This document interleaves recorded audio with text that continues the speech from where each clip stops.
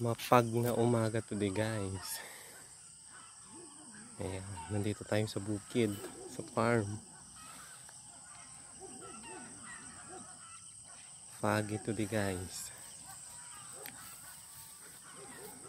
Ayan, dito tayo sa may kalsada, Barangay Road.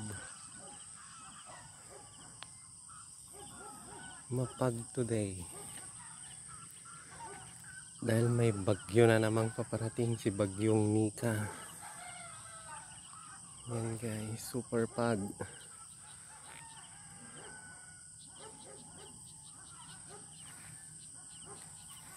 Papunta ito guys sa isa pang barangay.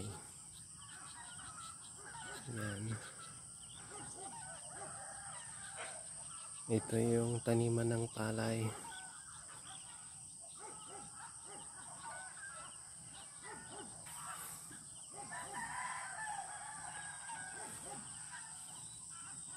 Mapag today.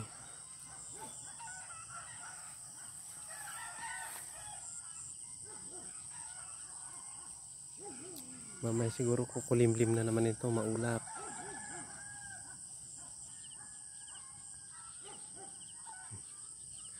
Ayan, magandang umaga. Thank you for watching.